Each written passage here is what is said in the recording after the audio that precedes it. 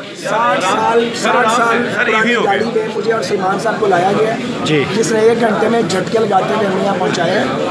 और लाहौर शहर में लाहौर पुलिस के पास एक से एक बेहतर गाड़ी मौजूद है। मेरी टांग में 1 हफ्ते से शदीद दर्द है। मैं जेल वालों को कह रहा था, कल 1 हफ्ते के बाद एक साहब आए थे जो डॉक्टर थे, उन्होंने मुझे चेक भी किया और जो स्वेलिंग थी उसका उन्होंने जायज़ा भी लिया है। मैंने लाहौर पुलिस को बार बार कहा कि आप मुझे प्रॉपर गाड़ी में ले जाएं।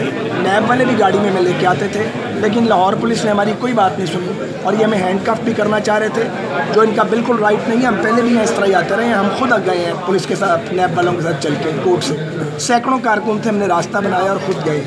तो ये रवैया बड़ा मुआवदाना है। गवर्नमेंट ऑफ पंजाब को और चीफ मिनिस्टर पंजाब को इसका नोटिस लेना चाहिए और कम से कम हमारे साथ हमारे शायान सलूक करना चाहिए। हमें पकड़वा दिया गया, हमें पकड़ लिया गया, हमें बगैर किसी सबूत के आज 2.5 महीने हो चुके हैं। हम जेल काट रहे हैं। ये बहुत है।